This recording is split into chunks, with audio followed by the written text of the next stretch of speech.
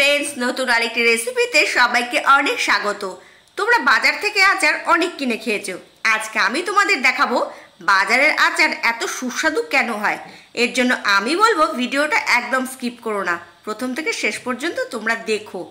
तो आमेर आचार बानाते आमादेर कि लागबे चलो तोमादेर बोले दिई।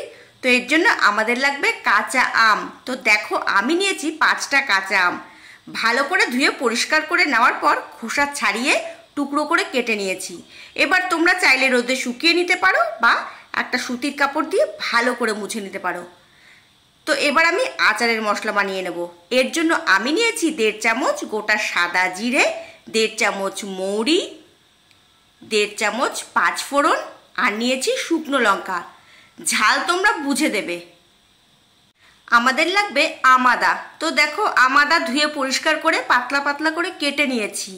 তাহলে চলো এবার আমি আচারের মশলা ভেজে নেব। প্যান বসিয়ে দিয়েছি, প্যান গরম হয়ে গেছে।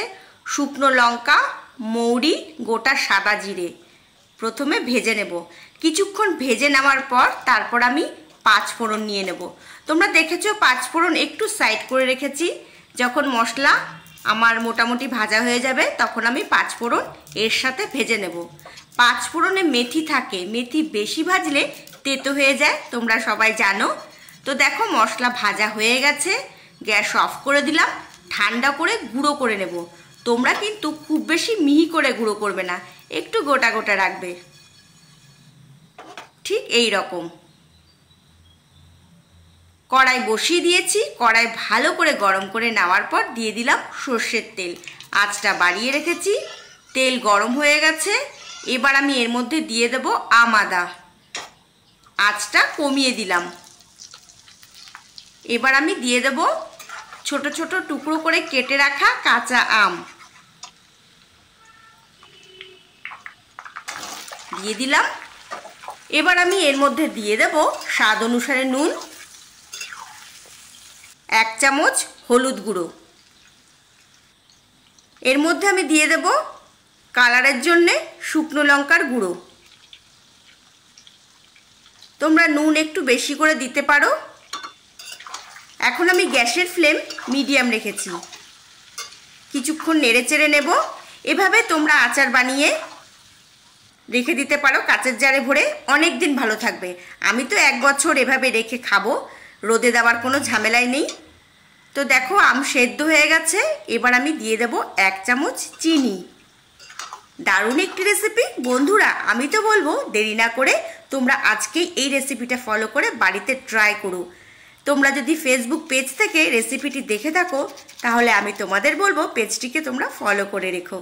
আর যদি ইউটিউব চ্যানেল থেকে দেখে থাকো তাহলে আমার চ্যানেলটিকে সাবস্ক্রাইব করে হয়ে যাও আমার পরিবারের নতুন আরেকজন সদস্য। তো কালার একটু কম হয়েছিল, তো আমি আরেকটু লঙ্কার গুঁড়ো দিয়ে দিলাম। এবার আমি দিয়ে দিলাম ভাজা মশলা। ভাজা মশলা আমি এখন হাফ দিয়েছি, বাকিটা সবার শেষে ছড়িয়ে দেব। আঁচটা কমিয়ে দিলাম। আমার আচার অলমোস্ট হয়ে এসেছে। বাকি যে ভাজা মশলা রেখেছিলাম সেটা উপর থেকে ছড়িয়ে দিলাম। গ্যাস অফ করে দেব, ভালো করে মিশিয়ে নেব। তো আমার আচার একদম কমপ্লিট।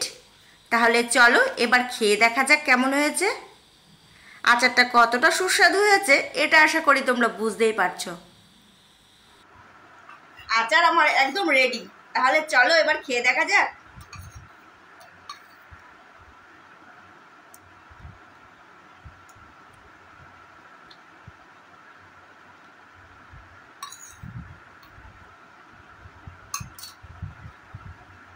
খুব ভালো হয়েছে বন্ধুরা।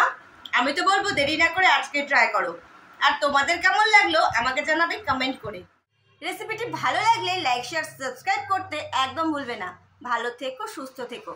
খুব তাড়াতাড়ি তোমাদের সাথে আবার দেখা হচ্ছে নতুন কোনো এক ভিডিওতে। ততক্ষণের জন্যে বাই।